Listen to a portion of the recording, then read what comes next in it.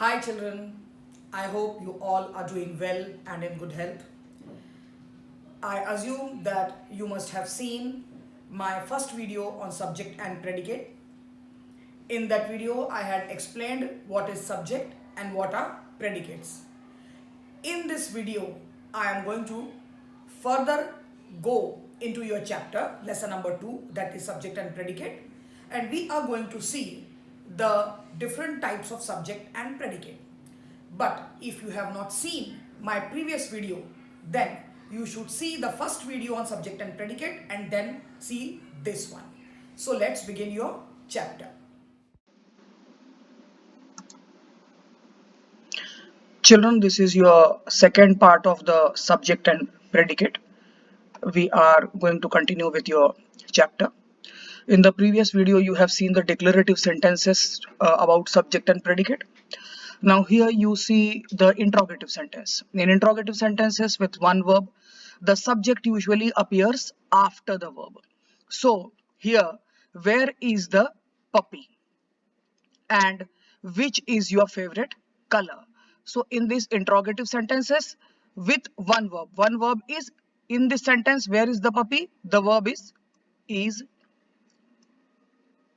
And which is your favorite color is the helping verb is.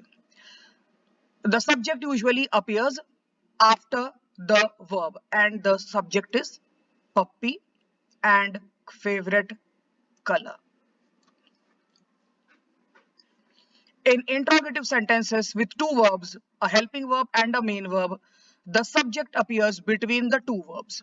So in this sentence, do is the helping verb, play is the main verb, and the subject is you. Has is the helping verb, and taken is the main verb, and she is the subject. Now we are moving on to the imperative sentences. Imperative sentences, in my first video about sentences, I have told you imperative sentences are those which gives suggestions, advices and command. So in this sentence, see here, come here. The you is understandable. When you are saying come here to someone, that means that person is already standing there and that person is you. That means you come here. So you is assumed. You assume that that person you is there. The second sentence is clean your room. That means it is clear that you are telling someone to clean their room. So you is assumed and it is already there. So it is not necessary for you to mention you, and that is what is the subject in this sentence. The you is implied. So not necessary that you should be written here. It is considered that you is already there and that is the subject in the imperative sentence where you are giving command and advice or request. The next type of sentence is exclamatory sentence. In exclamatory sentence, the subject generally comes before the verb. The verb is beautiful and here it is lovely, and the subject generally comes before the verb. How beautiful the garden is. How lovely these roses are. These are the exclamatory sentences and the subject generally comes before the verb. So the verb is these. So the garden is coming before is and the roses are coming before are. So these are exclamatory sentences and these are the verb and the subject generally appears before the verb. Moving down, we are now going to concentrate on kinds of predicate. A predicate can be just a single verb. For example, the dog barked, Maya giggled. Giggled meaning laughed. A predicate can be a phrase containing a verb in some tense, person and number. A predicate can be any phrase. It could not be any word, it can be a complete phrase also, and that phrase will be in any tense. It could be about any person or any number. For example, the clouds are gathering. Are gathering is a phrase. Are gathering is a phrase, and here is very intelligent is a phrase.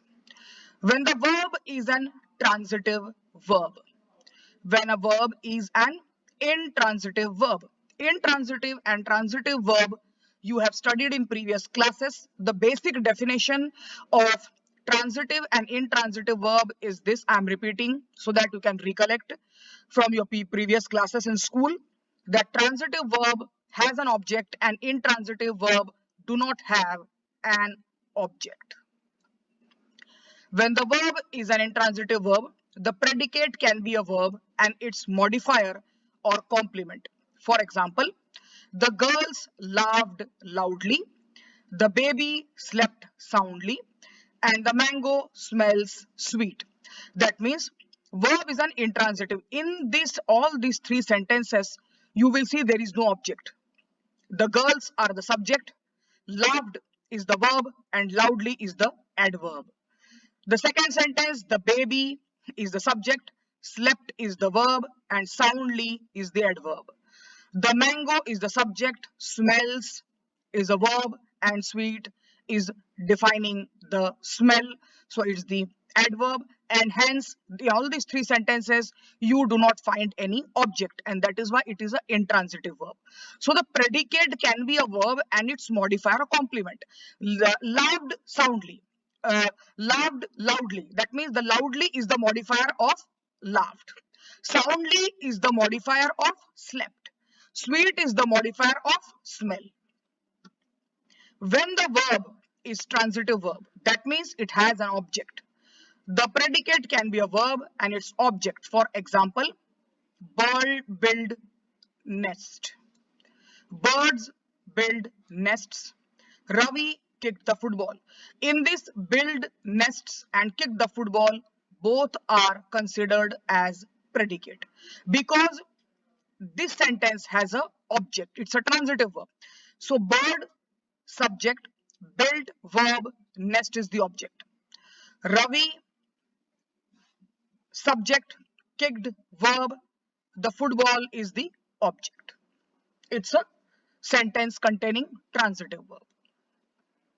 Moving down, we will see here, when the verb is a transitive verb with two objects, the predicate consists of a verb and its object.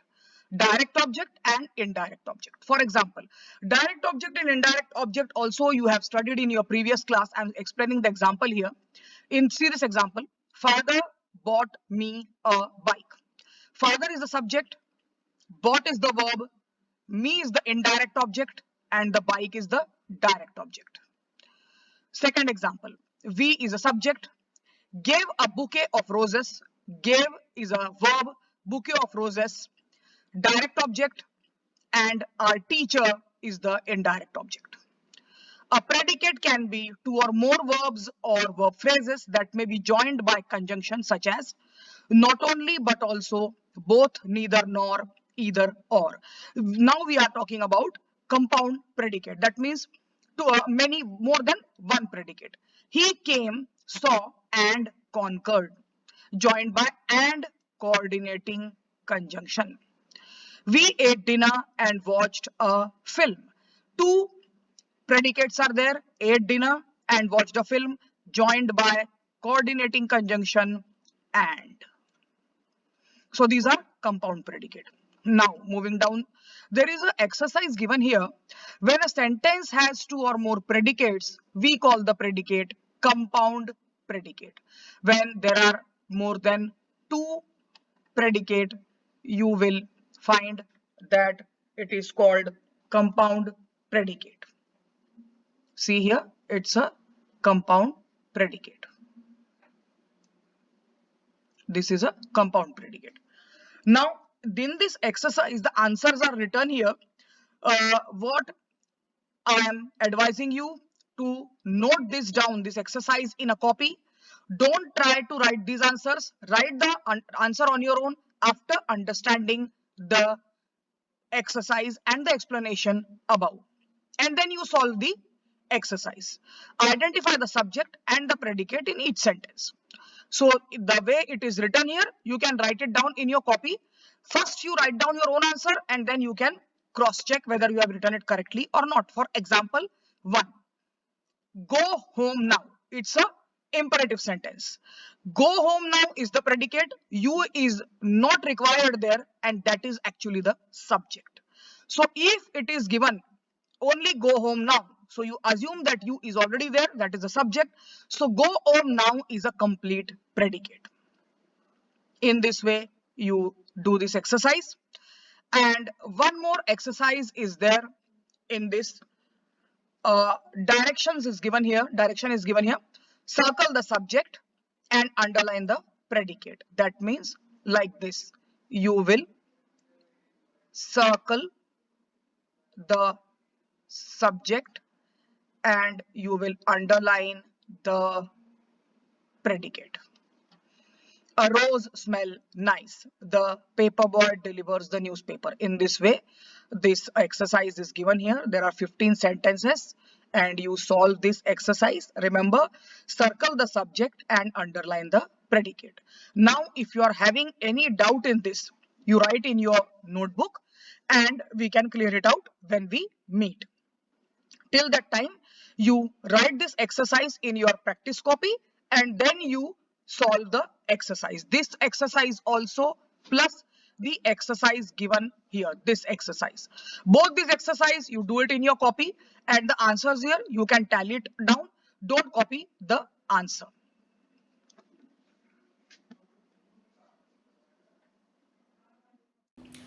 Children, I know it could be really boring to continuously watch the English grammar videos. So, just to give you a little bit of entertainment and to remove your boredom, I am just going to show you a little animation clip. This is the tale of Mr. Morton. Mr. Morton is who? He is the subject of our tale, and the predicate tells what Mr. Morton must do.